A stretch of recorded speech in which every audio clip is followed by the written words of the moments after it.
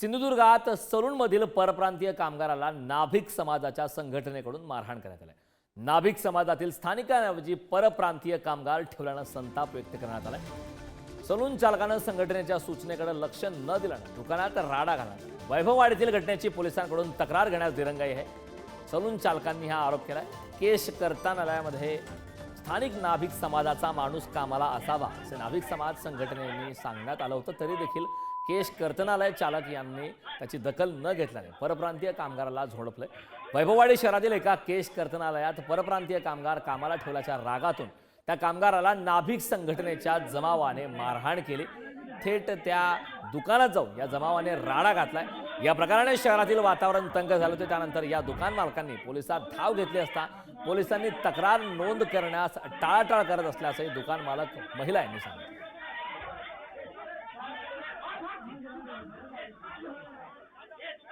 मध्ये AC salon चालू केलंय, तर मला नाभिक संघटनेतील लोक येऊन धमक्या देत आहेत। सलग 2 महिने झाले की ते धमक्या देत आहेत मला। इथं भैया लोक ठेवायची नाहीत, हे नाही ते नाही। मला सांगतात कायदा वगैरे हातात घ्या तुम्ही, आम्ही बघू काय ते करायचं ते करू। इथे आज सकाळी येऊन त्यांनी सगळे माझ्या दुकानाची तोडाफोड केली। माझ्या कामगाराला पण मारलं त्यांनी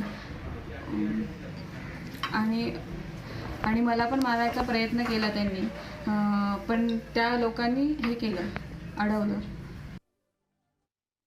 या संदर्भात ताजे अपडेट देण्यासाठी आपले प्रतिनिधी उमेश बुचडे आपल्या सोबत जोडलेत। उमेश, नाभिक समाजाच्या स्थानिकाऐवजी परप्रांतीय कामगाराला दुकानात कामासाठी ठेवल्यानंतर हा संपूर्ण प्रकार घडलाय। काय ताजे अपडेट्स? पोलिसांनी काही या संदर्भात कारवाई केली का?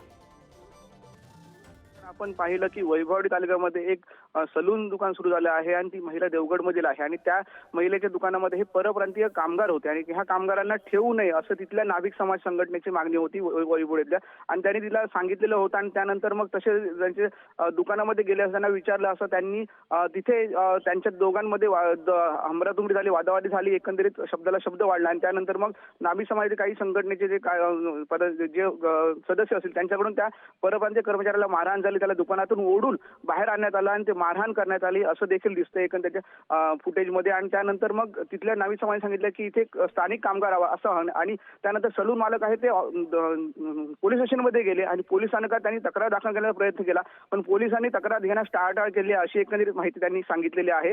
आणि एकंदरीत ह्यापुढे नेमकी पोलीस काय भूमिका घेत आहेत, तक्रार दाखल होते काय, कारण बरेच जण तिथे उपस्थित होते आणि एक त्या परप्रांतीयाला मारहाण झाली। एक धक्कादायक प्रकार असल्यामुळे तिथे वैभववाडीमध्ये एक तणावाचं वातावरण निर्माण झालं आहे, कारण हे दोन्ही ज्या संघटना आहे आणि जे दुकानदार आहेत त्यांच्याकडून हे तणावाचं वातावरण निर्माण झालं आहे आणि पोलीस तर काय भूमिका घेतात हे देखील आता पाहावं लागणार आहे। करण, नक्कीच उमेश, खूप खूप धन्यवाद या संपूर्ण माहितीबद्दल।